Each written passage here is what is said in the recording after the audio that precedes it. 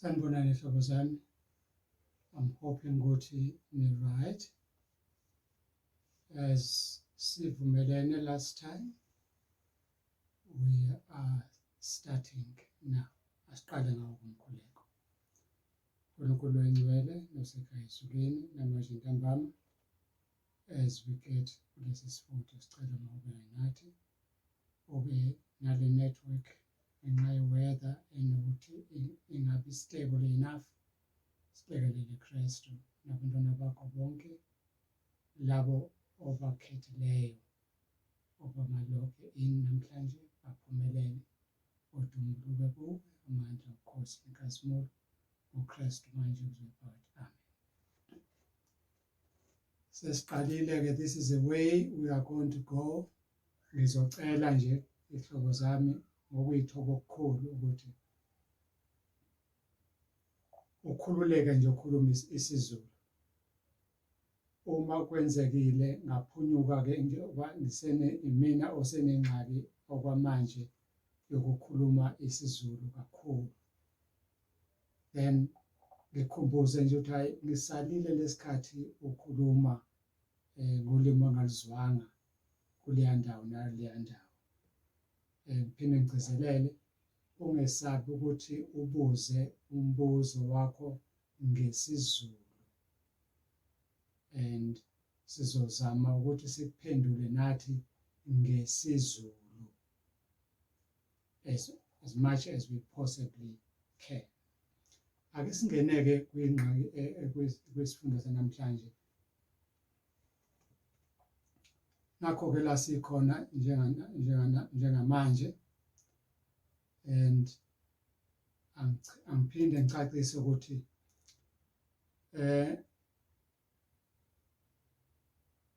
ngiqala namhlanje ukuthi ngehlukanise abantu, ngibahlukanisa kabili, mhlawumbe ngizobahlukanisa kathathu noma kane, I'm not sure. But kukhona laba abaseBhabhiloni kodwa awungabona abeBhabhiloni, abangahambisani futhi neBhabhiloni, abangazwelani neBhabhiloni kodwa beseBhabhiloni. Bese kuba khona labo abaseBhabhiloni benobudlelwane neBhabhiloni, and yes, benobudlelwane nokuzwelana neBhabhiloni. Hhayi ngoba beyiBhabhiloni kodwa baseBhabhiloni banobuhlobo, bayadlelana, bashayelana ogwayi neBhabhiloni. Abantu besibili la engizokhuluma ngabo. And ebese kuba khona-ke labo-ke iy'nkunzimalanga eziyiBhabhiloni qobo lwayo, bakhona nabo labo. And angikhulume kakhulukazi ngalaba abaseBhabhiloni kodwa abangebona abaseBhabhiloni, abangenabuhlobo futhi neBhabhiloni. Labo babona ngani na? Laba bahlezi bekhuluma omunye nomunye, bathi uma bekhuluma omunye nomunye uNkulunkulu wezulu alalele ezwe, ebese kuyalotshwa phambi kwencwadi, phambi kwakhe encwadini kulotshwe lento abakhuluma ngayo, namagama abo ngiyakholelwa ukuthi abeselotshwa encwadini yokuphila. Ithi inkosi yezulu uma isikhuluma ngabo, ithi laba iyobahlenga. I will spare them. Ngiyobahlenga njengoba umuntu ehlenga indodana yakhe emkhonzayo. Ngalelo langa uthi uyokwazi ukwehlukanisa phakathi kwalaba abalungile nalabo abangalungile, laba abamkhonzayo uNkulunkulu nalabo abangamkhonzi uNkulunkulu, uyokwehlukanisa. Yinini lapho uyohlukanisa lapho khona na? Ngesikhathi sesambulo 18. Slide number 2 loyo ngidlula. Sengicaphuna-ke manje ngalesa sikhathi besikhuluma ngo-part 3. Ku-part 3 ngicaphuna ivesi uverse 4 othe, phumani kulo bantu bami ukuze ningahlanganyeli nabo ezonweni zabo, yikhona futhi ningazombandakanyeka ezinhlushweni zalo. Siyacaphuna i-great controversy lapho lesikhathi ithi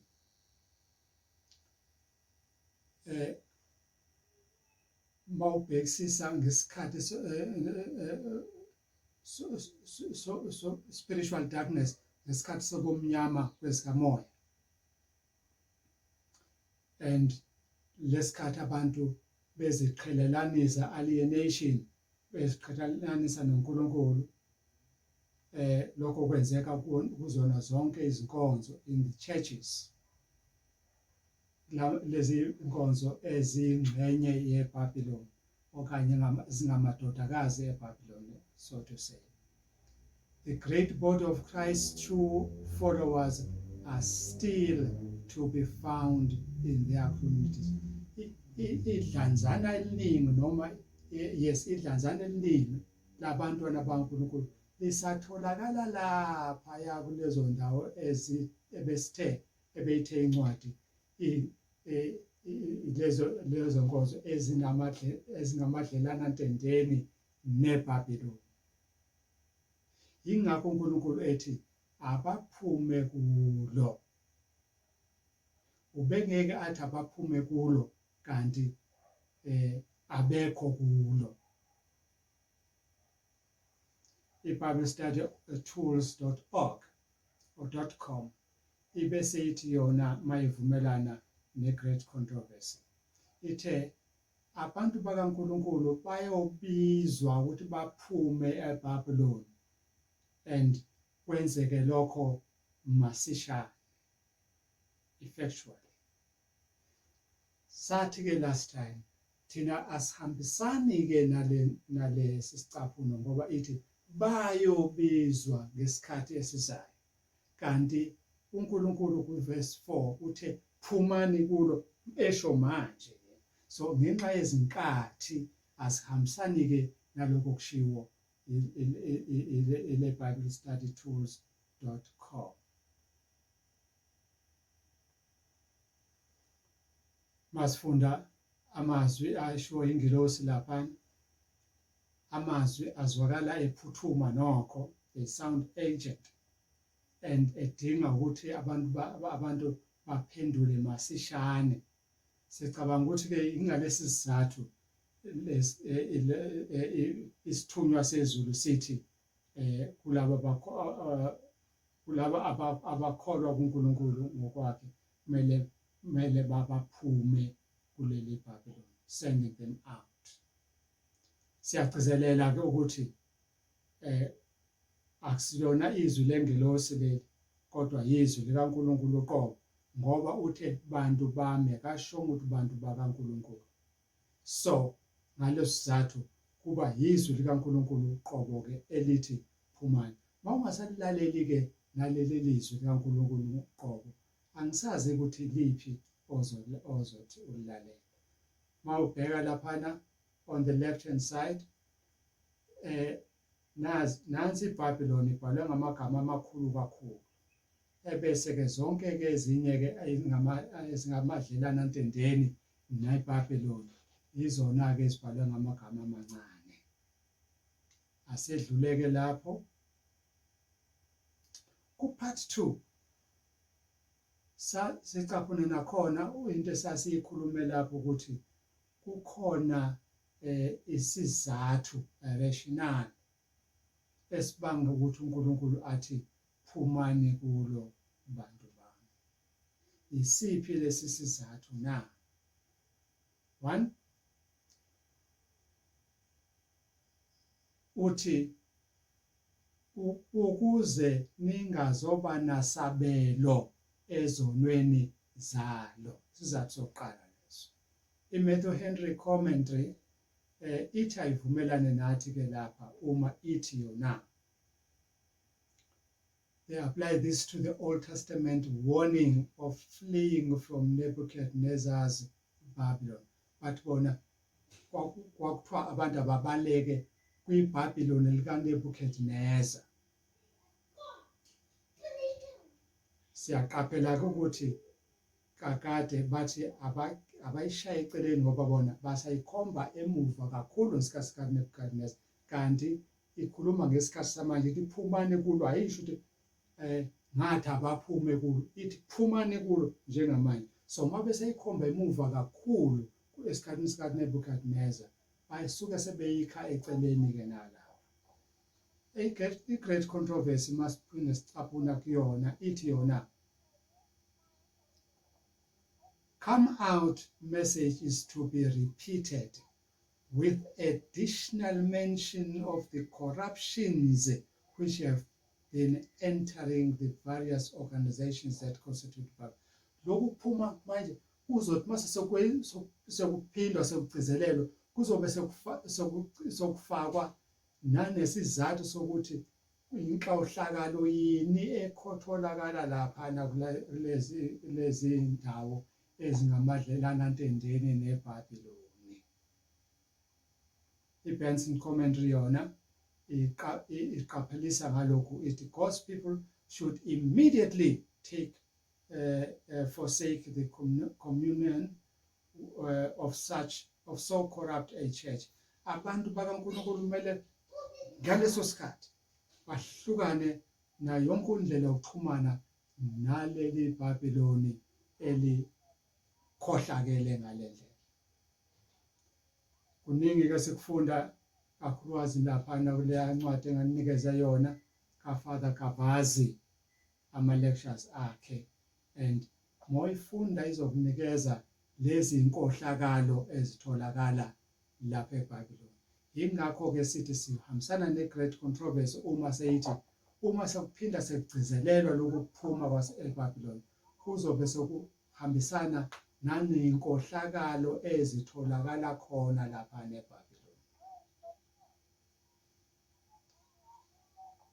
I-Ellicott's commentary yona ithi izwi, the voice, is not said to be that of another angel. Leli lizwi akusho ukuthi elinye izwi lenye yezingelosi. Ichaza ke kakhudlwanyana uma eseyithi ke the coming forth is not to be understood of a bodily exodus from Rome. Hlezi abantu bakaNkulunkulu bathi mina anginayo nepassport yalapha neRoma ke, futhi angaze ngize ngifike eRoma ngihlale khona ngihlalela laba amathukuzi noma la section section A Olundi noma wherever la ngihlala khona ngihlalele eBayme, angihlangane nalutho neBhabhiloni. Ingakho sethi cha, akushiwo ukuthi thathana ama-passport niyophuma eBhabhiloni, kube khona i-exodus namabhaniwezo azozonikhipha eBhabhiloni. Ichaza ukuthi kumele ukuthi siphume kuleli Bhabhiloni lezikamoya. Chaza bambake lapho. Ibe sethi i-great controversy kwakhona. This message is the last that will ever be given to the world, and it will accomplish its work. Ithi lo myalezo, lesi sigijimi, lesi sixwayiso kuyoba isokugcina ngci sokuthi sinikezwe abantwana bakaNkulunkulu and siyowenza umsebenzi waso. Now ngicaphune lesi sicaphuna nje kuphela ngakunikeza sona. Kuningi okunye kushoyo lapho njengokuthi njena uma abantu sebenikeza ukuthiwa abayophuma bonke, bakhona abayosala besala phakathi eBhabhiloni bethi bona abayiboni ingxaki kukona konke lokho. Babizwe laba abafana nokhumalo okuthiwa ama-alamisi, abantu abafanele bangumsindo baprofetha izinto ezingekho, basho izinto ezingekho engeke zenzeke. Kwakushiwo kanjalo nangesikhathi sikaNowa, asazokusho njalo namanje, lisho njalo eBhayibheli njengoba kwakunjalo ensukwini zikaNowa kusazoba njalo futhi namanje. So lokho sixwayisile kanjena abantu bakaNkulunkulu ke bona bayozwa ngaleso sikhathi ebese belandela bephuma eBhabhiloni. Wena ke ozokhetha ukusihlalela eBhabhiloni, hlala unethezeke. How will it happen? Kokwenzeka kanjani? Qaphelisisa lokhu-ke osokushiwa i-great controversy kule ndawo. Ithi njalo nje uma kufika iqiniso kuwena ebese uyalinqaba, into ezobe senzeka kuwena ukuthi umqondo wakho uzofiphala, uzofiphala ube mnyama, ebese inhliziyo yakho iba more stubborn, iba lukhuni, and ebese ugcina kwawena usulukhunisa nje, umuntu ongasakwazi ukukhuzeka. Bekunomngani wami esasifundisa naye sise-college, indlela ayiphuza ngayo odokotela basebethi kuyena babehlola ukuthi lingakanani igazi etshwaleni bakhe, babengathi kungakanani utshwala egazini lakhe, babethi lingakanani igazi etshwaleni bakhe. So sekuyi-hardihood leyo, lo muntu oseqine esatshe ungeke usamenza lutho. Ngizokhumbula bokhona abanye abanye umzalwane besinaye la, and obayiphika ukuthi ukhona uSathane. Angeke umenze lutho lowo muntu, seqinisa umhlathi, sefike kulesi simo okuthiwa yi-hardihood. Finally, as the teachings of spiritualism are accepted by the churches, kusho i-Great Controversy, page 517, ithi lesikhathi amabandla emukela kalula iy'mfundiso zikamoya, spiritualism, the restraint imposed upon the carnal heart is removed. Bese kuthi lokhu kunqandeka, lokhu akuvikeleka okubheke kubantu bakaNkulunkulu kube sokuqheliswa, sokudedelwa, and the profession of religion will become a cloak. Ebese mase kwenzeka lokho, ukuba nje umKristu kufanana nebhantshi leligqokile elifihla ukungcola okuningi. Now bengizokuchallenge sihlobo sami ukuthi akuvule inasingana i-internet yakho, mhlambe niwajwayele ama-channels ku-YouTube and nakomabonakude benu, niwajwayele ama-channels la abantu bexoxa khona belandisa ukuthi abafundisi mbumbulu babo babahlukumeze kanjani, bebizwa ngokuthi bezwane naye ngoba ethi ngumfundisi.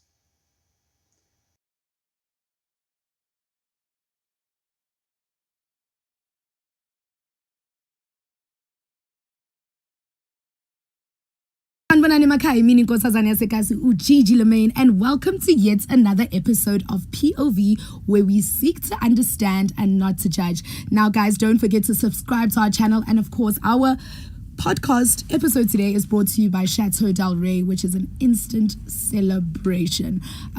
This is a very exclusive interview. I'm excited. I'm extremely nervous. It does feel a little cold in studio, guys, today. Or is it just me? Should I just grab a jacket? Is it in my head? But today we're joined by a very, very special guest. Some of you will be able to kind of navigate through some of our episodes if you are really, really POV gang. And a few weeks ago, we did have the infamous J. Israel Sr. on here speaking about all things cults, rituals, redemption, Christianity, religion, and so on and so forth. We trended for a minute, but everybody really wanted to know what happened to the ladies affected by some of these cults and rituals. And joining us today is a phenomenal woman. I will say she has taken a huge, and I really, really hope that young people from around the world can learn from you. And that's the biggest thing for me. I think what everybody wants to know, and I'm going to jump straight into it. How did you meet Jay? So I don't know who told Jay about me, because I had never heard of Jay or met him personally, but he contacted me via WhatsApp. He sent me a message to DJ at a housewarming party that he was planning, and he yilento eshiwo ile ncwadi ukuthi already sesibona ukuthi ivangeli ukukholwa sekuyibhantshi nje hawu umuntu kaThixo hawu yes man of God we say this is a man of God esho umuntu ezokubulala even ukubulala kuthingise nakusathana I'm coming there wait for now then masibheka ke angizohamba namavesi wonke ngizophinda ngeqe ihlobo zami ngesizathu esithile ngizosichaza ekugcineni but masibheka ke the souls of men imoya yabantu lapho verse 18 verse 13 kaSamuel 18 kukhulunywa ngezinto ezithengiswayo cargos impahla lezo esemkhunjini noma esestimeleni noma esetruckini isecargo ecargo okhulunywa ngayo lana yani cinnamon yama spices yama incense yemyrrh frankincense yakhumbula makukhulunywa ukuthi izazi ezintathu kozayiphethe imyrrh kanye ne-frankincense yes iyona lethengiswa ngayo la ebese ke ngizokweqa okuningi lapho bese ngiyokhuluma and the bodies and the souls of men kanye nemizimba nemiphefumulo yabantu uqobo ngihighlightile umphefumulo yabantu ngamabomu ngoba ngifisa ukugcina kakhulu kwazi kule miphefumulo yabantu uthengisa kanjani ngemiphefumulo yabantu iAmsterdam News ithi yona ke mawufinyelela kuleyo ndawo in fact the church was the backbone of slave trade basho njalo lababhali mabebhala bathi ibandla inkonzo ibandla lamaKristu kahle kahle ilona lalumgogodla wokuthengiswa kweigqila how could the church do that la lifuna iminikelo nokweshumi kubantu liphinde bathengise futhi babe izigqila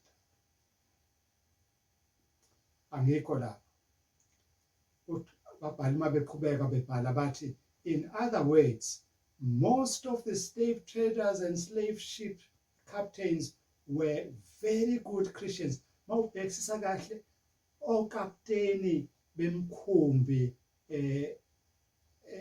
eyithengisa igqila lezo khathi kwakungamaKristu aphambili iBible Study Tools.org yona ichaza imphefumulo yabantu ngale ndlela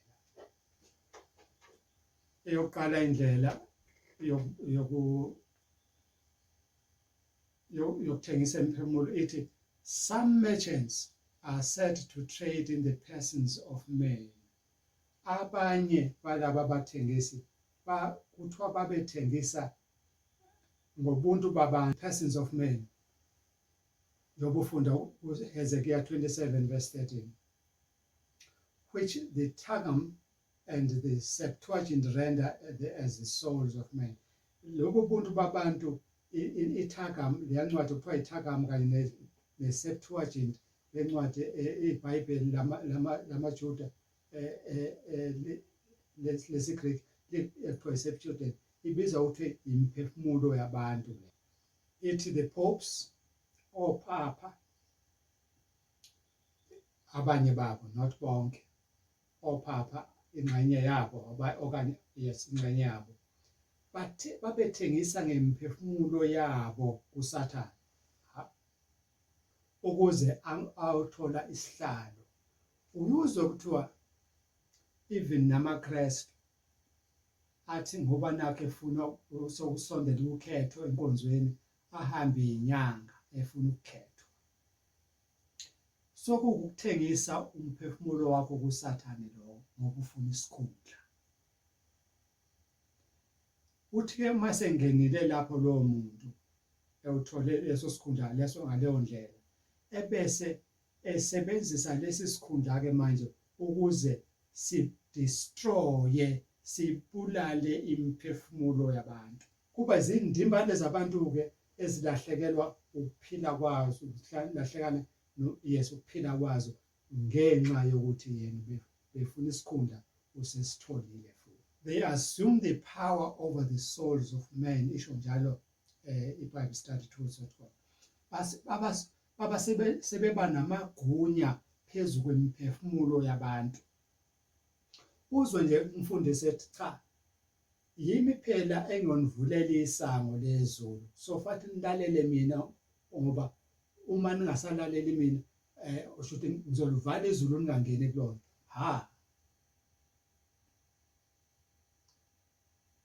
baba namagunya of binding and losing the consciences of men baba namagunya okubopha nokukhulula onembeza babantu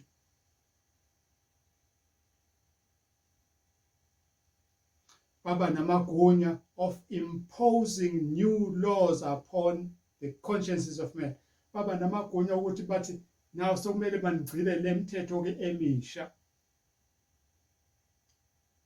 baba namagunya of freeing them from the obligation of the laws of God and men baba namagunya ukuthi cha lo mthetho ke niuyeke ningawugcini nina lizokumthetho kaNkuluNkulu yes uyawubona lo mthetho ngisho ukuthi baba namagunya even of ruining their souls baba namagunya even ukuthi bonakalise imiphefumulo yabantu akwenzise nje into owazi kahle nawe ukuthi akumele mawuyenze ugcina nawe usuyenza ebese usuyithokozela futhi usuyidefenda egcineni that's what happens egcineni iqhubeke ithi the Romish priests pretend to redeem souls out of purgatory for such a sum of money but hayi kozani manzokhokha isamba esithile semali lana ikhona ngizokhulula imphefumulo yehlobo zenu esezashona ezilapha yana esihlanzweni and sell pardons and indulgences base bakwazi nokuthi ukhokhe isamba esithile semali ebese bethi ke sowuxolelwe wena isono sakho they say mass and promise heaven itself for money but ma uza njalo uzokudla lesi singo uzongena ugijima wena ezulwini and this they get at the expense of men's souls akusiyona ukhumalosho lokho ibiblestudytools.org esho lokho ethi konke lokho bakwenza at the expense bakwenza yes ngokuthengisa imphefumulo yabantu by their false doctrine and superstitious worship and so make merchandise of them seniba ikhago seniba izinto zokuthengiswa mase enibona senikhona akabona abantu abayizindlalifa zezulu ubona imali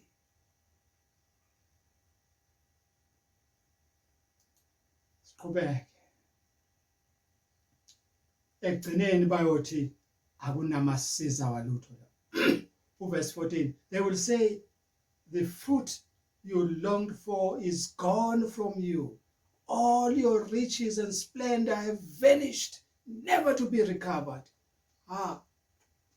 funda verse 14 la but hey isithelo bese sibheke kuwena asekho ngeke saphinde sitholakale nobuhle bakho nomcebo wakho sokushabalele angeke kusaphinde futhi kutholakale at springtime yabona malethwa sihlobo kuyatshalwa njoba kutshalwa njena utshalwa utshala usuke elindele isivuno esihle kule mbewu ayitshalayo and uma singasekho lesisivuno iyafa inhliziyo kuyena. Almost all commentaries agree that this has to do with the harvest from the labors. Onke ke nasana abahlaziyi bathi hayi lana kukhulunywa ngomphumela wokusebenza kwabo. iMatthew Henry yona ke ithi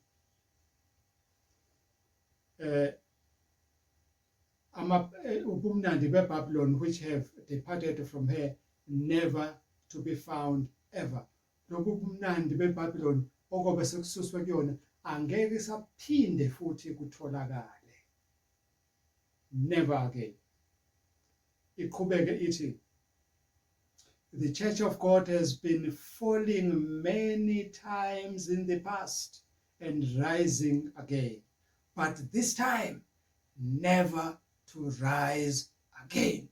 Belivele liwa livuke liwe kaningi ibandla likaNkulunkulu esikhathini esiphambili, but ngale okwamanje njengamanje ke njengoba lizowa manje alisophinde livuke futhi. Although most other commentaries think the fruit in this verse refers to the literal fruit, the great controversy has a spiritual meaning to it. Wonke lama commentaries mayikhuluma ngeyithelo la akhuluma ukuthi imphumela weyithukuthuku zabo isho njalo, but i-great controversy ithi hayi umphumela weyithukuthuku zikamoya as ehlwanyela ukhumalo kuwe namanje umphumela kuzoba yini? Rejection. I know ithi mayisisho i-great controversy angifunde le yobe njalo ku page 520. The sins of Babylon will be laid open. The fearful result of enforcing the observances of church by civil authority, the inroads of spiritualism, the stealthy but rapid progress of the papal power, all will be unmasked. Into ezombuleka ibonwe inoma ubani yini na? Izono zeBabylon ekuyiziphi na? Lezi zokucindezela zokucindezela ukuthi makugcinwe imithetho yenkonzo.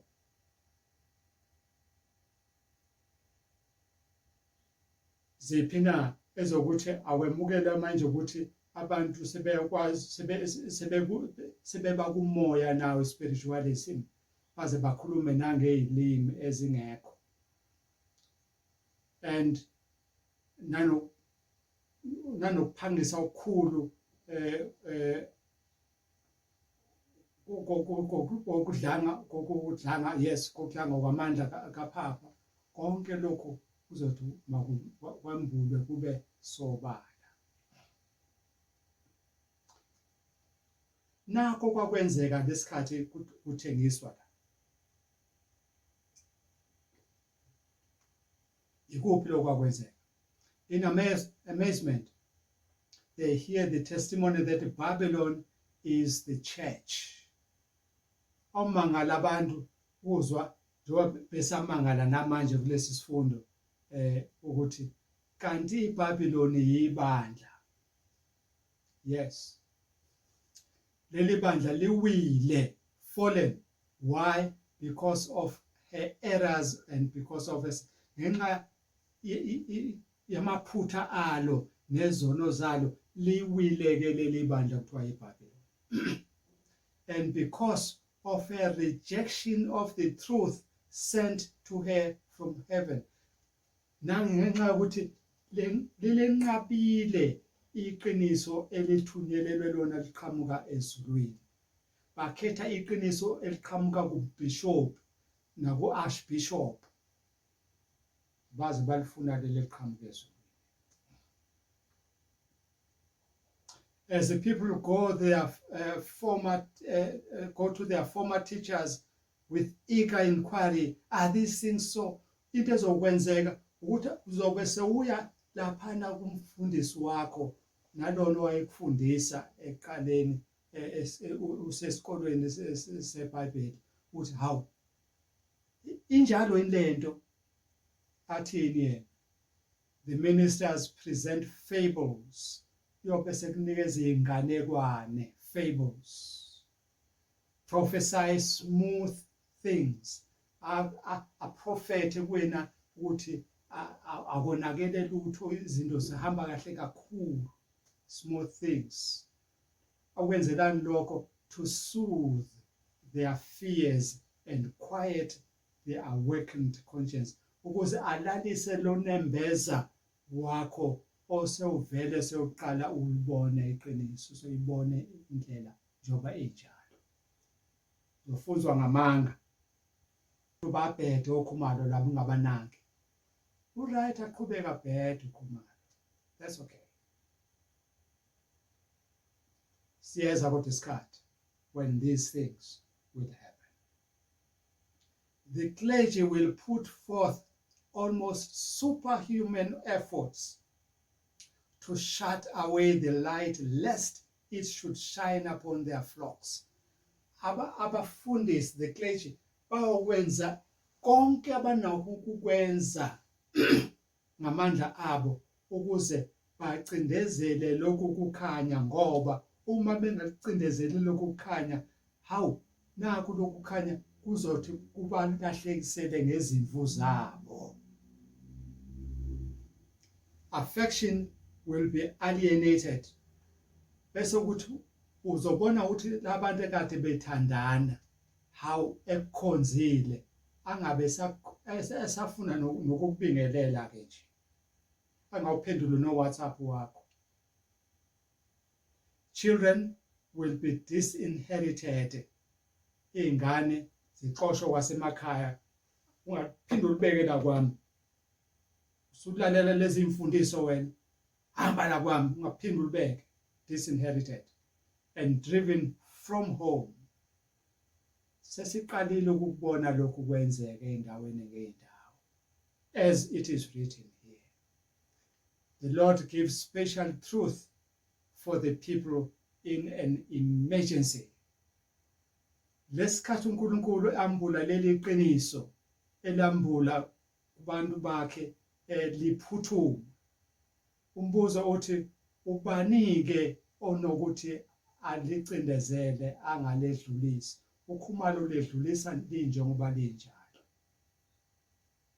Stone him, shoot him if you can, but won't stop the truth. Useless, they will say. When the voice of God turns the captivity of his people, there is a terrible awakening of those who have lost all in the great conflict of life. Kuzobonakala ukuthi abantu asebelahlekelwe ukona konke empilweni ngenxa yaleli vangeli. While probation continued, they were blinded by Satan's deceptions. Lawo bantu bazobambulekela ukuthi awu kanti besivalwe umqondo sedukiswa uSathane, and they justified their cause of sin. And baze basho bathi hayi cha thina sibona thina kanjena, asiboni thina kanje. Akusiyona yakho ndaba. Into ebalekile ukuthi uNkulunkulu uyibona kanjani, hayi ukuthi wena uyibona kanjani. Laba bacebile babe beyikhayisa ngengcebo yabo. Le ngcebo abayithola ukuthi baphikisane nomthetho kaNkulunkulu. Now uma ke sebelahlekelwe ikona konke lokho, sebesala beze ebese bebuka lesi sikhathi esesilahlekile ngokudanga lokukhulu, with ngokwesaba okukhulu, the destruction of the idols which they have preferred before the angithi zikhona lezi zinto eseniyibeke zaba ngaphezulu kaNkulunkulu. Beka isikhundla sakho ngaphezulu kaNkulunkulu, wabeka umsebenzi wakho ngaphezulu kaNkulunkulu, wabeka nalokho, wabeka indlu yakho, wabeka imoto yakho, wabeka umfazi wakho, wabeka indoda yakho ngaphezulu kaNkulunkulu. Sithixo leso. So they will look with terror. They have sold their souls for the earthly riches. Bawubona kahle at that time abantu baNkulunkulu ukuthi kanti bathengise imphefumulo yabo bengenxa yengcebo. Niyazi ukuthi abantu hleze nithola izitori man bethi abantu abantu bothwala and sekuchaphake kuningi kangaka manje even ukubulawa kwabantu besifazane nihlekisana nabo ngoba nakho nithwele. Hey, I don't want to get there.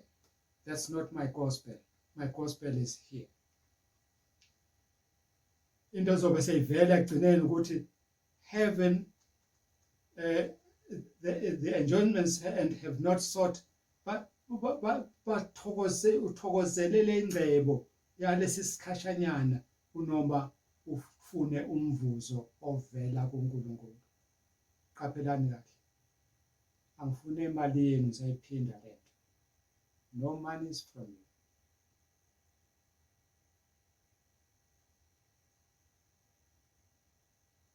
Angincenge lutho. Hleze nithi ingakho that is just my message from God. Take it if you can. Reject it if you don't want to. The wicked are filled with regret. Labo ke abavele bebabi bese bona begcwaliswa regret ukusola manje. Hayi ngoba besola ngezono abazenzileyo but ngoba benganakanga bengaqikelelanga ukuthi balandele uNkulunkulu and their fellow men, but because God has conquered into bezobe sebesaba ukuthi ekugcineni uyobe senqobile uNkulunkulu. And I'm waiting for the time when this God shall conquer. I'm waiting for it. They lament that the result is what it is, but they do not repent of their wickedness. Okhalisa ukuthi hayi ihlobo ledlulile nobusika bedlulile kodwa mina ngisindiswa angasho ukuthi kodwa siyaphenduka.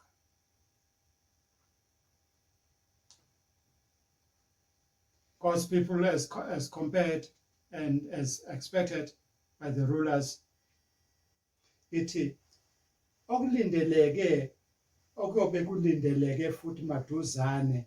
Yakhumbula loma ufunda lapha eNesambulo 16 verse 18 kuduma izulu lapho kuzamazame umhlaba ongakazi uzamazame selokhu abakhona abantu. So ababusike nabo bonke abanye abantu babe bengalindele ukuthi abantu bakaNkulunkulu bayosinda kuloko akuzamazama komhlaba. They will not expect that. It's a great controversy mangicaphuna lapho. The world see the very class whom they have mocked and derided and desired to exterminate. Izo selibuka kathi naba labantu ebesibabhuqa, laba labantu ebesibazonda, laba labantu ebesibabukela phansi, ebesifisa nokubabhubhisa nokubashabalalisa. They pass unharmed through pestilence, tempest and earthquake. Badlule nje bona bengathintwanga ilutho o-COVID laba ivunguvungu kanye nokuzamazama komhlaba. Lokho ngikhulume ngakho kuSamuel 16 verse 18. Ifunde lo verse lokusana. Why?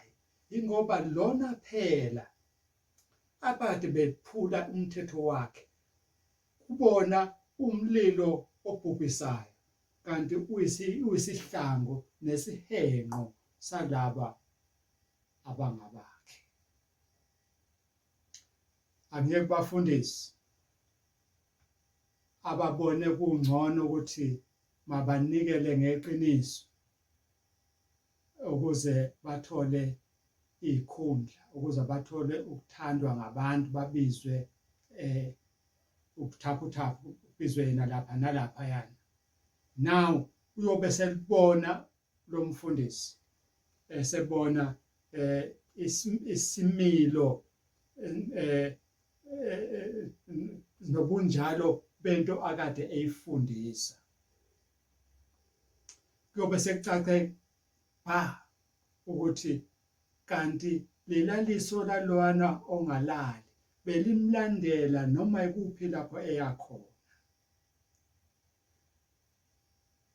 Every emotion of the soul, every line written, every word uttered, every act that led men to rest in a refuge of falsehood has been scattering a seed. Uthi lokhu akuzenzisa sangathi usemoyeni, every emotion of the soul. Lento umbhalo nombhalo bathi ubhala and igama negama okade ulisho, isenzo nesenzo obusenzo sokuthi udukisa abantu beku ukutshala imbewu ezothi imile ebesithela ithelo. In the wretched lost souls around him he beholds the harvest. Athi mase sebuka lezi indimbana zabantu esezikhala isililo esezibona seyicacelwa manje ukuthi kanti ayikho lento obekade usitshela yona all along. Uyobe sebona ukuthi nasi isithelo, nansi into kanti ebade ngiyisebenzela.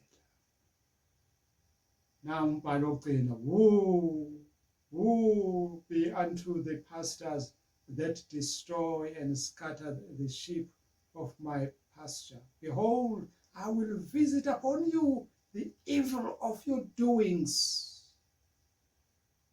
Kusho umprofeti.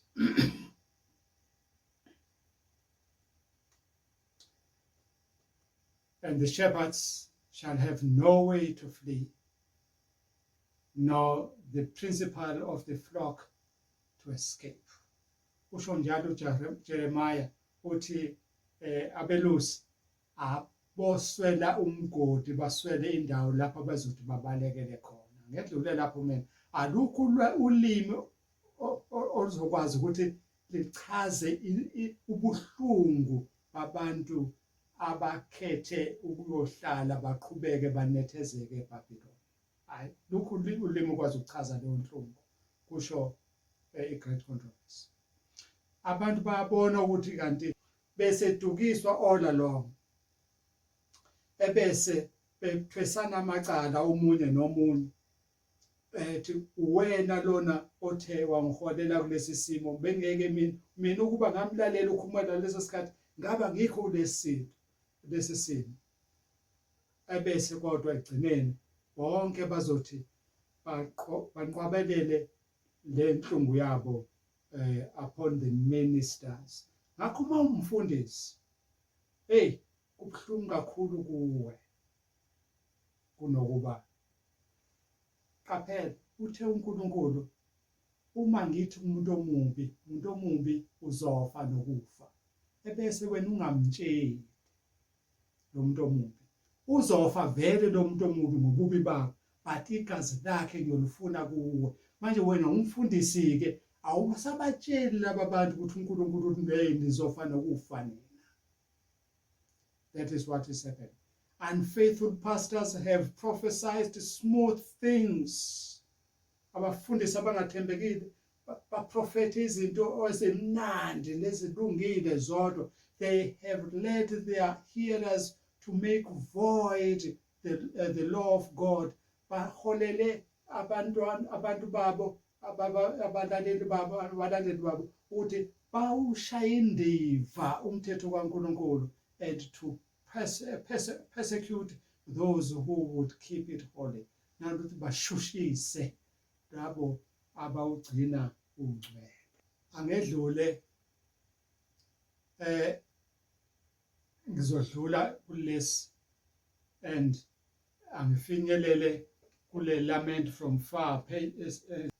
Mawubhekisisa laphana ngikutshengise i-earthquake akuyona ibhomu leyana lesasithombe siba right phezulu. nalaphayana isithombe seBabylon ke lesiyana ngoba breaking news ngoba vele yakhethuzana nolwandle lofanele uyivakashelela nje olwandle and nothing will escape. It's a great controversy. Iminyaka ezinkulungwane eziyisithupha yonke indodana kaNkulunkulu ibilwisana namandla obumnyama, izama ukuthi ixwayise, ikhanyisele, isindise abantwana babantu. Now usethe uNkulunkulu, it is finished. Now all have made their decisions. Bonke ke sebesenzile isinqumo sabo at that time. The wicked have fully united with Satan in his warfare against God. Abantu ababi ke sebezimbandakanye ngokupheleleyo noSathane ukulwisana noNkulunkulu. We are promised that a time will come under God when God's people, before they call, uthi sithenjiswe isikhathi esizayo lapho abantwana bakaNkulunkulu bothi ngaphambi kokuthi bacele banikezwe lento abebezoyicela, ngaphambi kokuthi bakhulume ebese eyezwa. Isaiah 65 verse 24. Asikafiki leso sikhathi, sisazohlupheka okwamanje, but okwesikhashanyana. Our God has taken over. Very soon our God is going to take over. The rain and the tide will turn and the pendulum will be tilted to the in favor of the saints. Siyeza lesi sikhathi isihloko sami. It in verse 21. Then a mighty angel picked up a boulder, not to discuss. A boulder, nantalela litshe lapha ngitshengisile on the right hand side phezulu nalaphana enzansi, those are boulders. Ufuna ubone ubukhulu bayo. Ithatha lela litshe lingakane inkosi. Then it picks up a boulder the size of a large millstone and threw it into the sea and said, with such violence, the great Babylon will be thrown down, never to be found again. Mawubheka lela litshe elingakana maliphosa olwandle, lontanta liphinde libonakale. No, ngeke libonakale.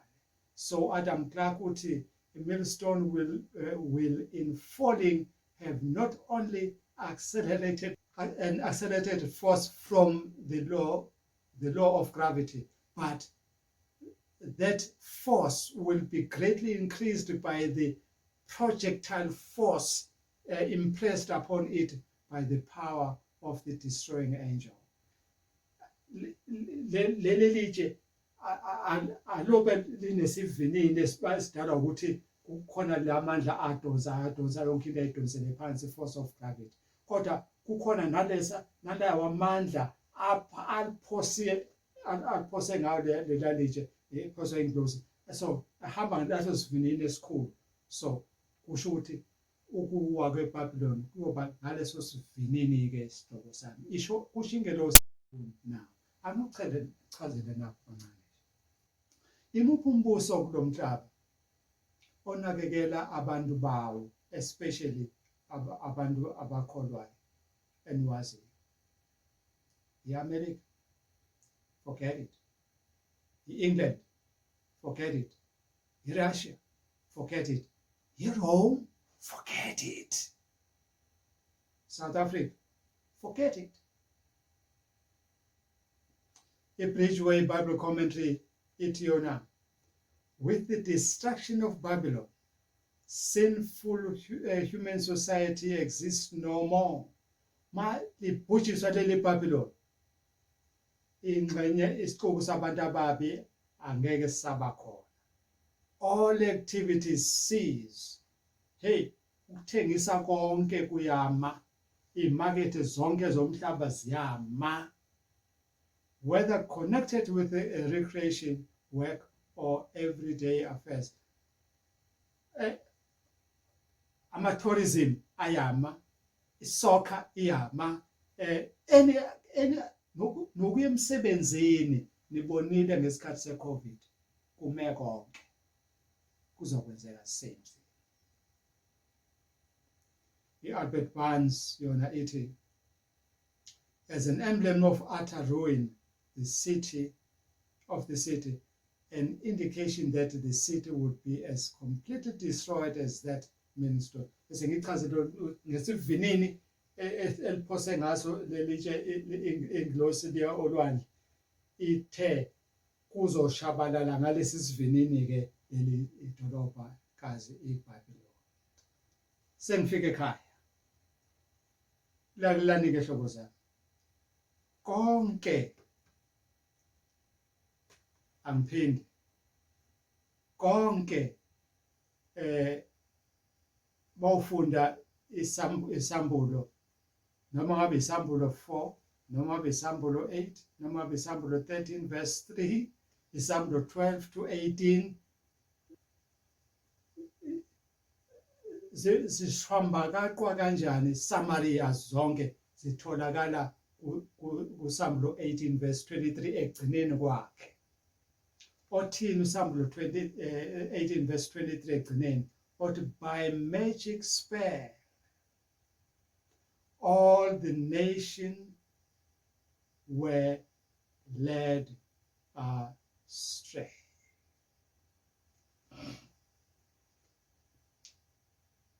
Magic spell.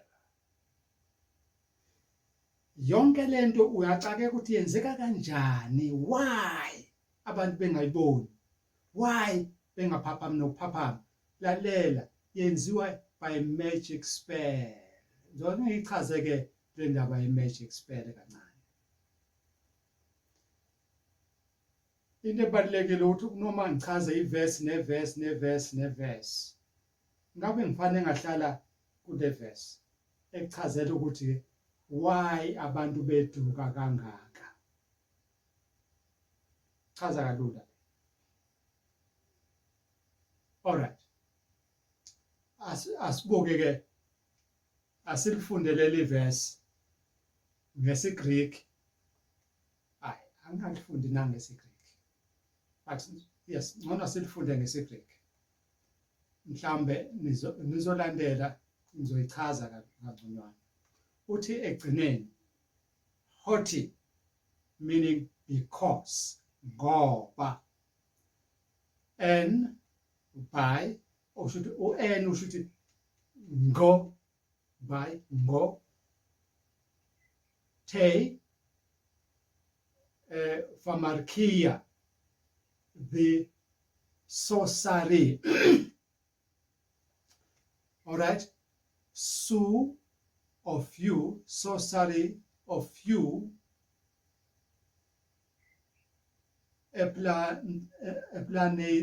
the son were deceived, panta, all ta, the ethne nations.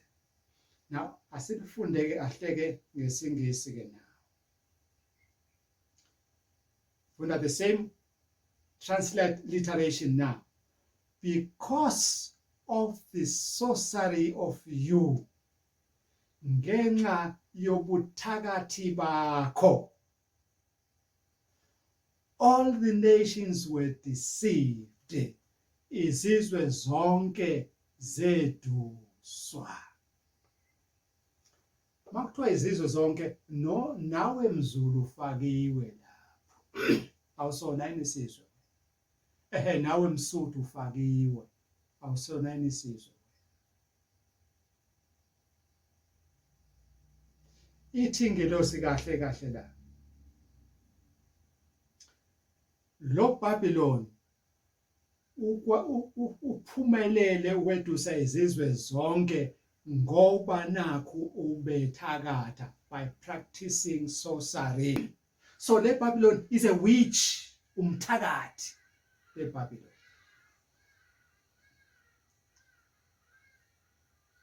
Verse 23 egcineni kwakhe. sengizoqeda bese nginikeza isithuba esaneleke. Hamba nami ke manje. That is why we say the whole story from chapter 13 to 18, where this Babylon and her allies are featured, there has been some witchcraft going on there. Kwaphathwa le Babylon namahlakani ayo, hayi kukhona ubuthakathi ke bokwenzeka lapho.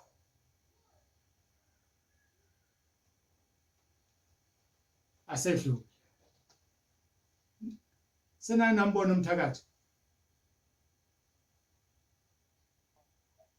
Nambona umthakathi engimvezile lapha ukuthi muhle kanjani.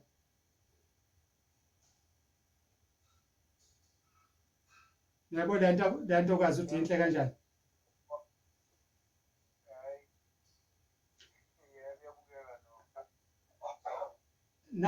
Nazi ke ezinye ke ifake lesasiqoko sinande lesasiqoko.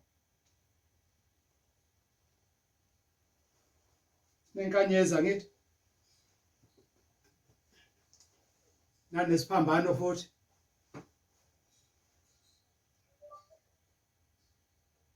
Ziyakholwa leziya enkonzweni yobuthakathi.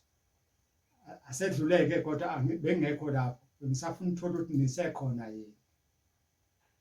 Now igama lesiGreek elitoliko ngokuthi sorcery yileli gama elithi pharmakia. All right? Now makuthiwa nje pharmakia kwawena uzowuza engathi kuhambisana nani ne-pharmacy, i-chemist ngolimi lwala eSouth Africa. Phesheya bathi is a pharmacy or pharmacist, thina lana sithi i-chemist nosokhemisi. Into efanayo ungahlupheki. So a pharmacist then mawufuna kwi-dictionary ichazela uthi pharmacist yibizo, a noun elichaza umuntu oqeqeshiwe ngokwamakhambi ukuthi akwazi ukwalungisa nokuthi akunikeze wona amakhambi, ama-drugs, usokhemisi, apothecary, amaphilisi, umuntu okunikeza amaphilisi, nomuntu ogoqa amaphilisi, pill roller.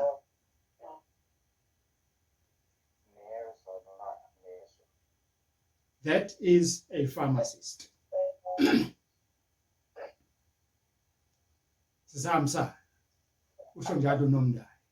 So according to the dictionary, a pharmacist deals with drugs. He or she is also called a druggist because of his or her job, which is to drug a person. Mawuya lapha kusokhemisi uyofuna ini? Ama-drugs. Ama-American ayichaza kahle lento. Awathi ayofuna imithi kusokhemisi, athi ayofuna ama-drugs. Buwazi ukuthi i-disprin i-drug. Nisakhona? Ubuwazi ukuthi i-aspirin is a umuthi wokukhwehlela noma ngikhwehlela njena is a drug. So itholakala laphi le mithi? Usokhemisi. So ngelilodwa usokhemisi is a sorcerer, umthakathi.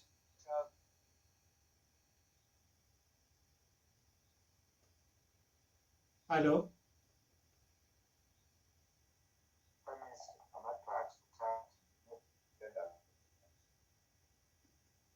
Akuzwakalanga kahle. I-network ize bengikhulekile ngayo. All right. asiqhubeke kodwa. Ama-American asengishilo ukuthi awabizi ukuthi i-pharmacy athi i-drug store. So coming back home, because we are not in America, sina sithi yini pharmacist, yini oyithola kwi-pharmacist? Umuthi. Yebo. So what do you expect to get from a herbalist? Enyangeni ke umuntu wamakhambi yini oyithola khona? Umuthi. Umuthi. Angithi. So kumthakathi yini oyithola khona? Umuthi. So it doesn't matter ukuthi inyanga, usokhemisi, umthakathi, bonke labantu badila ngani? Ngomuthi.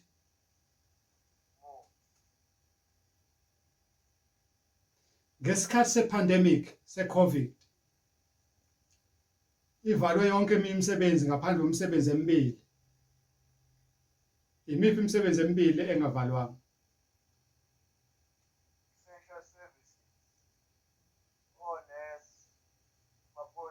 Amaphoyisa kanye nabakwa health nezitoloke zokudla nazo bephinde ivalo ngoba okuthiwa hayi angabe sangena abantu manje abangaka abantu so singaphinde sicekise kancane ngaseyitolo zokudla, but two major amaphoyisa kanye nodokotela. Amaphoyisa were there to enforce, to make sure ukuthi abantu they are indoors. Benziwa kangcono ke lana kunase-China, abantu abambe bese-China. So bathi e-China indlela ebenziwa ngayo i-lockdown, bekufika amaphoyisa nengidi neketano labo, bafike bazokhiya la eminyango wakho ukuthi awuzophumela eminyango, not esangweni. Hello?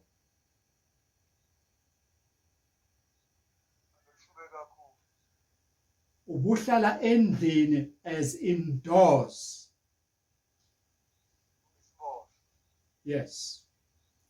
Such a thing is coming back very, very soon. Asiqhubeke. Bathakatha kanjani laba bantu?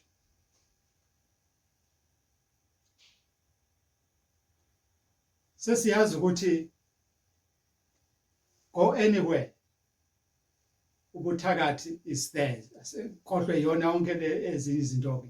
So we as people have been made to pin all our hopes and all our trust on the scientists, these pharmacists or health practitioners for any help of any kind of ailment, ability that is bewitching the people.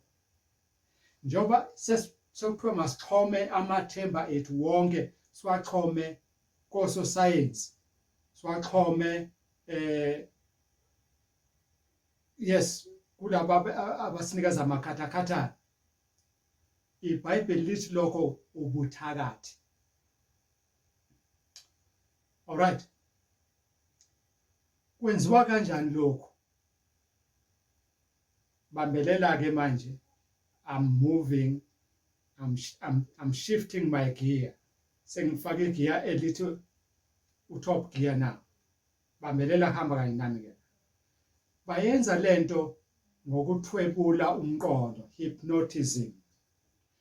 Niyazi ukuthi abafundisi abaningi banthwebula enkonzweni. Hello. Nisekhona yini?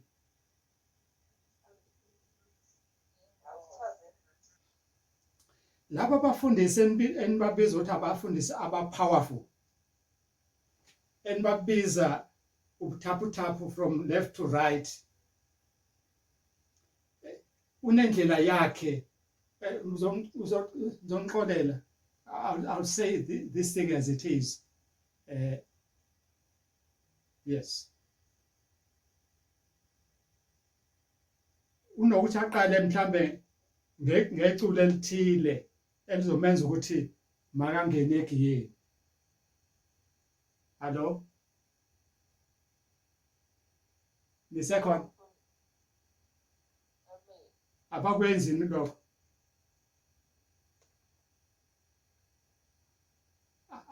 Aliculele leculo nimlandele nani? No.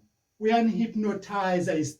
It's like it's dangling that thing phambi kwenu ebese esethwebula umqondweni njobe senihamba naye senilalela yona nithi amen kuyona yonke into eyishoyo noma sebheda nithi amen. Angazi nikubona lokho kwenzeka.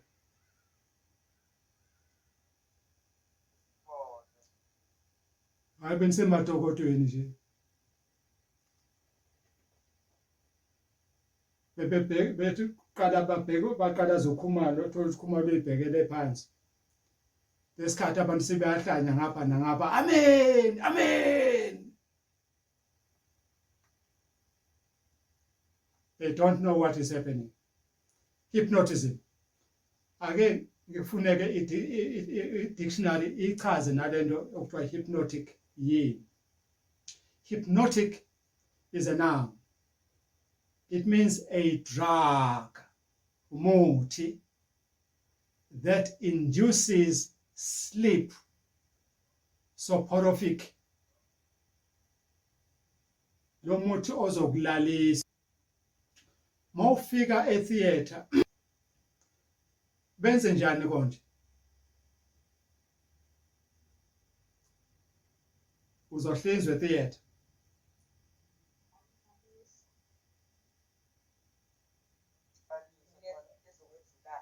Uzokuneza lento abese awubale ugcina ku10 babejwayele ukusho njalo kumina ibale mambano 1 2 3 seziyile aweqe ku3. That is soporific. That means it is relating to hypnosis. It is attracting and holding interest as if by a spell. I like this one. Attracting and holding interest as if by a spell. Mase eseshumayela ngempela esesemfuthweni lomfundisi wenu. Hey, ubase ungazathi nonke senihlezi ngonqo lodwa anisahlezi anisazenzile. Sene interest.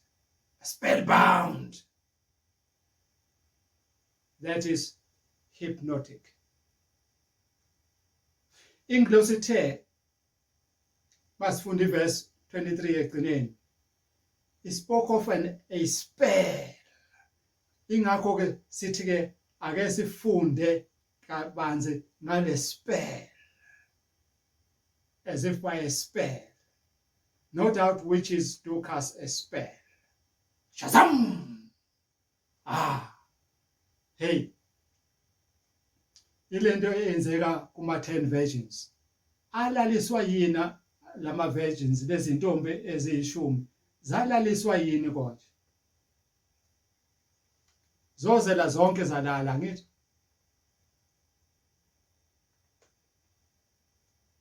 Kinamanga yini?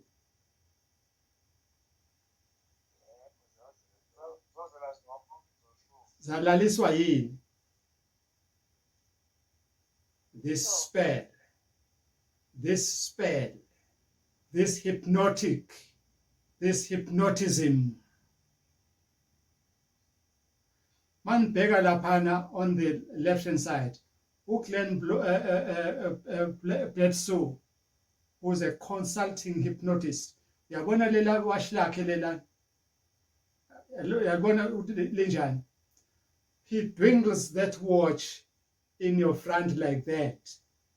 athi libheke and athi ngizobala ngigcine ku3 and uzolala masulele I'm getting it. That is what happens with hypnotism. Niyabona abantu abangezansi lapha bonke sebe under a spell, all of them. Uyambona nongekho under a spell lapha. Ba hypnotiziwe bonke. Angedluleke. Another word used in the definition hypnotic was soporific, which means, among others, inducing mental lethargy. Nkosi yami. Senike nizwe kuthiwa umuntu unikele ngomholo wakhe wonke enkonzweni.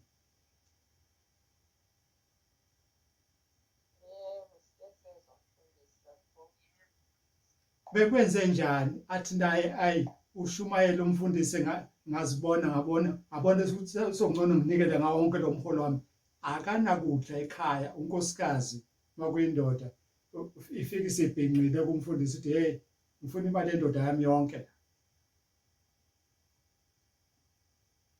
and ayibuyika ayisakhishwa. Bekwenze njani?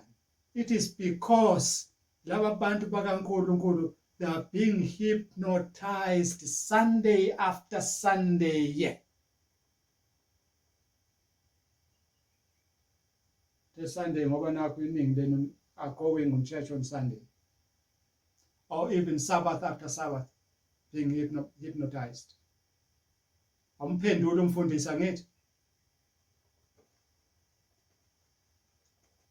Okay. We think this is best because of our condition today, or condition of our people. Mawubhekisisa even kule group yethu. Ungayikude, just in this group. Imqondo yethu manje they are in lethargy form. Lethargy, what does it mean? A state of comatose torpor, as found in sleeping sickness, a lassitude, a sluggishness. Awukho very, very sharp.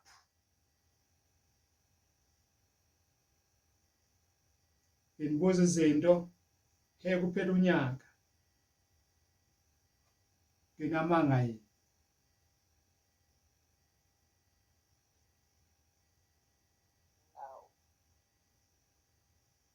Ithi manginibuza akuphela unyaka usazama ukucabanga ithini impendulo ngizophendula ngithini here. Umqondo has been retarded, is sluggish now, no longer sharp. Even ngithi funda nasi verse, I have to take you time. Ngifunda uthe ngifunde le verse. Now it means something has been happening to you. Now ngithe last time ngisayiphinda namanje. Ngiyibona le ntokazi lapha naleya nyoka yayo is hypnotizing you. Nansi perfume edayisa hypnotic poison. It's written hypnotic poison. Uhamba uyithenge nawe.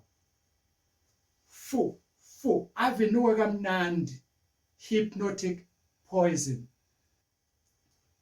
Ivula YouTube. Is it POV, such a thing? POV. Yeah. Uxoxa lapha ngomfundisi othile wala eThekwini bese eGoli wahamba wayeThekwini and obesebenzisa amafutha oils. He was hypnotizing people ngalawo ma oils. Go to YouTube and get these things yourselves. Angizokhuluma ngazo mina here. I'm not going to advertise them here. No.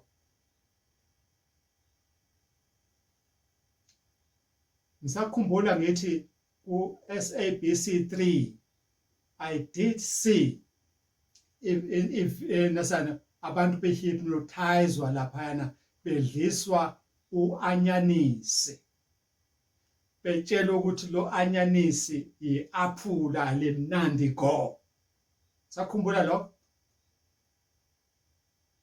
nansi ke evidence kodwa but akusiyona le engangiyibuka mina this is ngifune that one I did not see it athola nansi ke kodwa next to it this one was on June 19 2018 19 June 2018 Reagan the hypnotist Nancy Reagan hypnotist let's watch that video here at Parker Days and at most festivals and fairs is the petting zoo.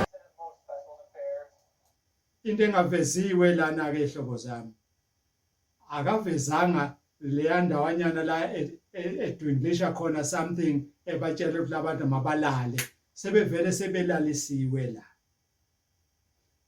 and manje ngichecka ukuthi why ingasavezwa lento bathi ingoba lesi spell kuyenzeka siphunyuke singabi kulabo abantu abama willing participants kuphela but siyenzeka kube khona nomunye umuntu ozolala ke engabe savuka okanye angabe saphuma kule hypnotism. There's all kinds of cute and cuddly animals there, and pretty much everyone has a good time, whether you're young or older. On the count of 3, you're going to open your eyes, and you are going to have your favorite animal from the petting zoo right there in front of you. You're going to have your favorite animal right there. Maybe it's not entirely in the petting zoo, but maybe it is. Right there in front of you. You can pet it, play with it, touch it, name it, whatever you want to do. On the count of 3, opening your eyes, having that pet right there. Ile condition engithi iningi lenu are being hypnotized. Enkonzweni zenu. You don't come out of that hypnotism. Ake aqhubekeke uyabatshela instruction njengamanje ukuthi kuzokwenzakalani uthi ke manginivusa la nizobe senibona phambi kwenu senina nama pets enu enwathandayo kakhulu uzoqhubeka athi ke nizobe seniba yile pet ke uzobehave just like that pet mangibala ngicina ku3 uzobe sovula amehlo akho ma sengibala ngicina ku3 uzovula amehlo akho phambi kwakho uzobe sekukhona your favorite pet isilwane osithandayo esasekhaya mhlambe inja ikati whatever okufuyela okuthandayo and uzobe soyithinta kudlala ngayo wenze anything oyithandayo uzobala kagcine ku3 ke manje 1, 2, and 3. Opening your eyes. There's your animals. Get your animals. Oh, go ahead and rub them. Oh my gosh, so nice. Oh my gosh. Oh my gosh. What kind of animal do you have? A kitty. A kitty. I love the kitties at the petting zoo. Don't all of you? What's your kitty's name? Pepper. Pepper. Oh, Pepper is such a good cat. Pepper is such a good cat. What's your name? What kind of pet do you have? A dog. A dog. What's your dog's name? Peanut. Wow, that's amazing. What kind of animal do you have there? Zebra. You have a zebra. Zebras are also great in petting zoo. Does your zebra have a name? Zebra. Zebra.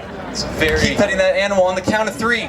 You don't just have your animal, but you are your animal. You will not leave the stage. On the count of 3, you are your animal. It is close to feeding time. The louder you are, the more likely you are to get fed, and you are extremely hungry. Count of 3, you are your animal, and the more noise you make, the more likely you are to be fed by your keepers. 1, 2, and 3. You are that animal. You are that animal. Are that animal. Are that animal. Are that animal. You are that animal. You are that animal.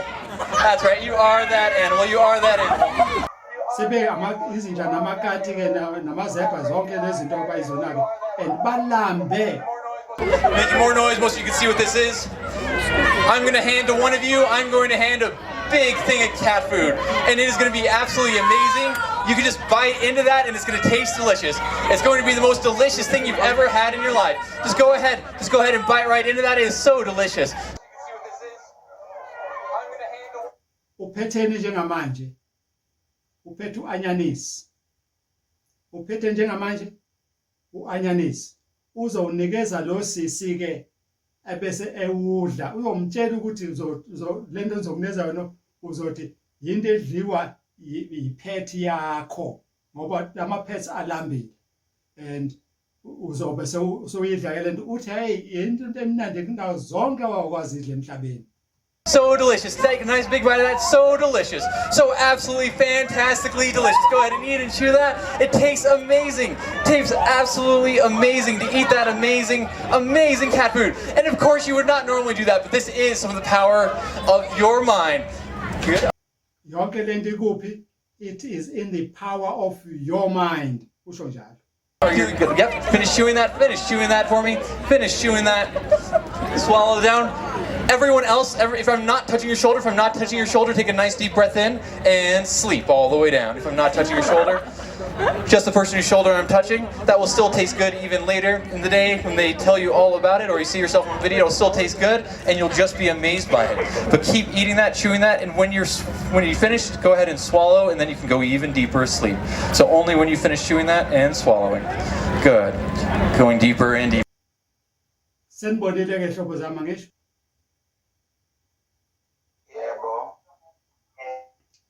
So ngifakele video ngenzela ukuthi ningathi ukhuma loqamba manga. That's the only reason engiyifakele yona. All right, let's continue now. So sorry. Benginganibuza ukuthi ubani phakathi wena sokwambona umthakathi. Angiphendulanga ke ningeleni uko. That's fine. So ke sibheke ke manje igama elithi sorcery pharmakia from the dictionary and into besithole ku dictionary aphambili ukuthi it means attracting and holding interest as if by a spell. Attracting and holding interest as if by a spell.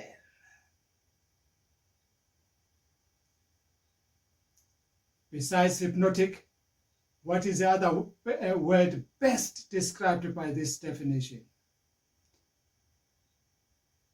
Igama elithini? Entertainment. Now, igama elithi entertainment, break it. You enter, and then you tain as in contain, and then there is ment ekugcineni. Or liyi-trinity kahle kahle. All right, angishongo lutho hlobo sami. All right. So entertainment industry is also one large, diverse and filthy rich industry in the whole world. Entertainment industry is inhlobonhlobo ehlukene kaningi and inkulu inemali edlula zonke ezinye emhlabeni jikelele. Ama-performers, abantu ke abenza aba-performer kule industry, bonke they want to be seen. Ayikho i-artist engafuni ukubonwa. Even uZapiro wants to be seen. All right? Babona benzani as they enter and tain your heart and keeping it meant in that condition. Akekho u-artist ofuna ukuthi umkhohlwe. Mase kuthiwa sokuyisikhathi sesibaya, yini sekhona isibaya, I don't know these things. Noma yini isikhathi sani uzalo no isikhathi sani. You see, amakhohlwa laba bantu usibani bani uzoyenza ugcina adenza ukuthi you know that very well, but makhuluma ngeverse you don't remember it. Iverse eBhayibhelini akithi. But you remember uzalo like you know yourself. What is happening there? Enter, tain, and mend. They enter and they keep you in that interest and they hold you into it. That's entertainment. Remember, let's cut to Samson. Owasebanjwe ngamaFilisti. He became an object of their entertainment. waba into okudlala asibizeleni uSamson esopho ilwane uma senibamba ibhubesi noma indlovu noma abayini nayitrainer you train it ukuthi ikwazi ukuthi ibisi entertainer. That's why niya kumasekasi angithi drugs friends, they do not treat pain. Ngizwe kahle yini ngithe iphilisi noma beli strong kanjani aliqedi ubuhlungu, alikho iphilisi eqeda ubuhlungu, but they train your brain to ignore pain. Usekhona ubuhlungu but ingakho uma ulaphana phela etheater bekusika bekwenza konke umqondo has been trained to ignore the pain. Uthi akubuhlungu kodwa mase kusuke le drug uzwe ukuthi hayi kanti kubuhlungu kangaka. Nisekhona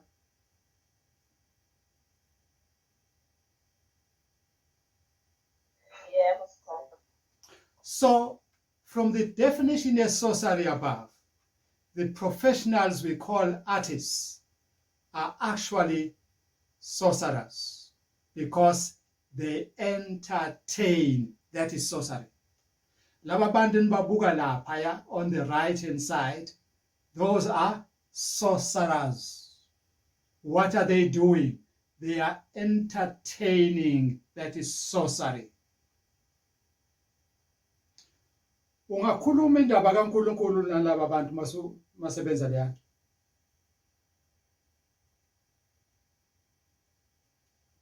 Nisekhona? Hello? Ungakhuluma ngoJesu ozayo lo muntu ejamba lapha?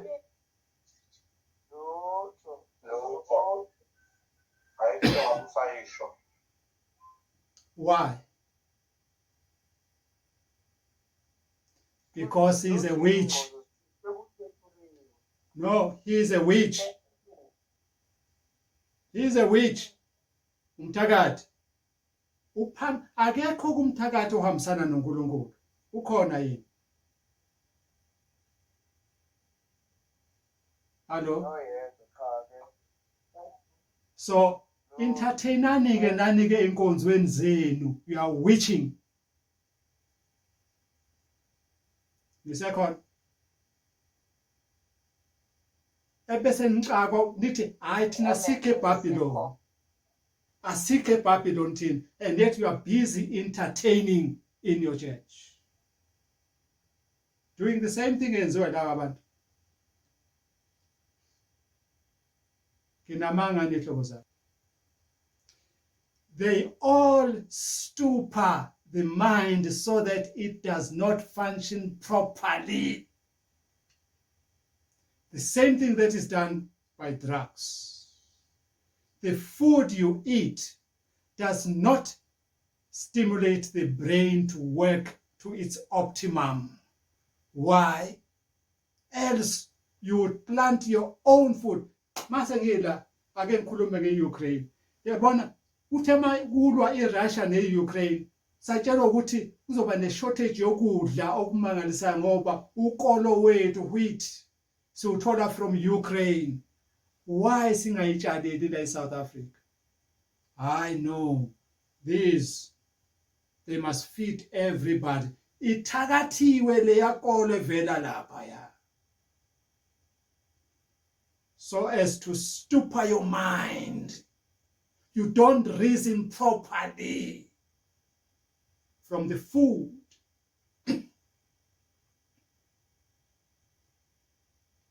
You have a piece of land here, no matter how small. Nanti unayingadi lapha, but awutshali. Why? Sutsheliwe no. It cannot. Ha. Nokhumalo utshali utshani kodwa akabuthi utshani. This way, all the world was drunk from her pharmakia. The whole world. Dependa kulo oil, dependa kulo cola, dependa kulo gas, dependa kulo, and don't depend on your God. The pharmacy from the dictionary of theology, pharmakia from the dictionary of theology, it means anything that stupefies the mind such that it does not recognize God and his word. Ngikubuzile ukuthi ungafika abantu batshela ukuthi uJesu uyabuya manje. Nathi no, ngeke. Why? Because the mind must be so stupefied that you don't recognize God and you don't recognize his word. Pharmakia. By your magic spell, isho njalo ingelosi, all nations were deceived.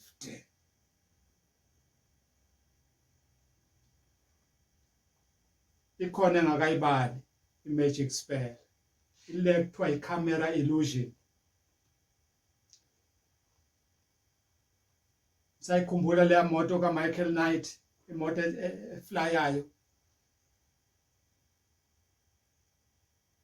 Nesekhona ehlobo zami.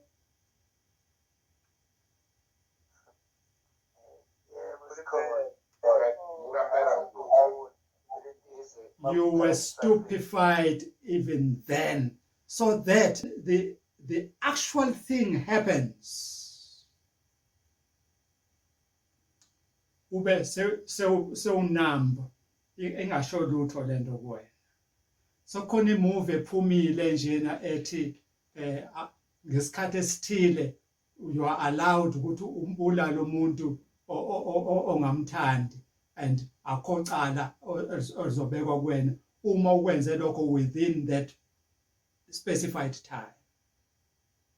The great controversy yasitshela ukuthi kuyobekwa isikhathi esithile kuthiwa bonke abantu laba abalokhu besicefezela ngokugcina umthetho kaNkulunkulu mababulawe bonke at that time. So kuphume this movie and abathandi bama movies they are watching it, and mase kwenzeka ngempela lokho bona would be something new. No, I didn't say yazi khona kuma. So camera illusion videos are produced and circulated such that when the natural phenomenon khona lena man vula YouTube la mokhuluma earthquake eyayichaza earthquake man uyibone yenzeka mase yenzeka ngempela uzocabanga ukuthi yoba khona indawo yokuphephela kuyona. Angeke ibe khona indawo yokuphephela sihlobo sami, because God said so. You ask yourself the following questions. Does the food you eat make you to recognize God and his word? Does it entertain you? Does the TV you watch entertain you? Does the music you listen to entertain you? What you read, does it bring you closer to God or it repels you from God? If so, you are wished. You are bewitched.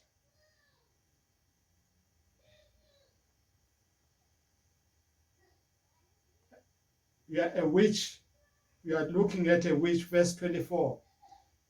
In her was found the blood of the prophets and of the saints and of all who have been killed on earth.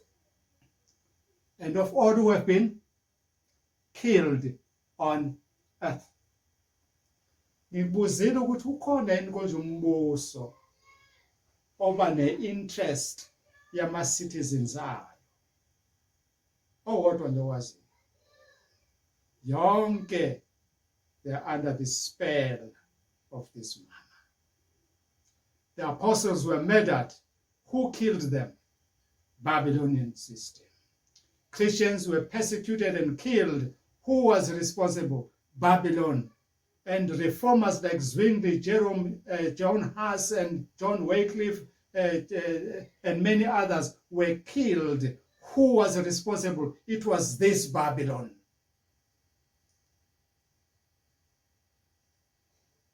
The cry, "Come out of here, my people," can only be ignored by the one who has been bewitched, a victim of this Babylon. That's the only person who is not going to hear the cry, "Come out of here, my people."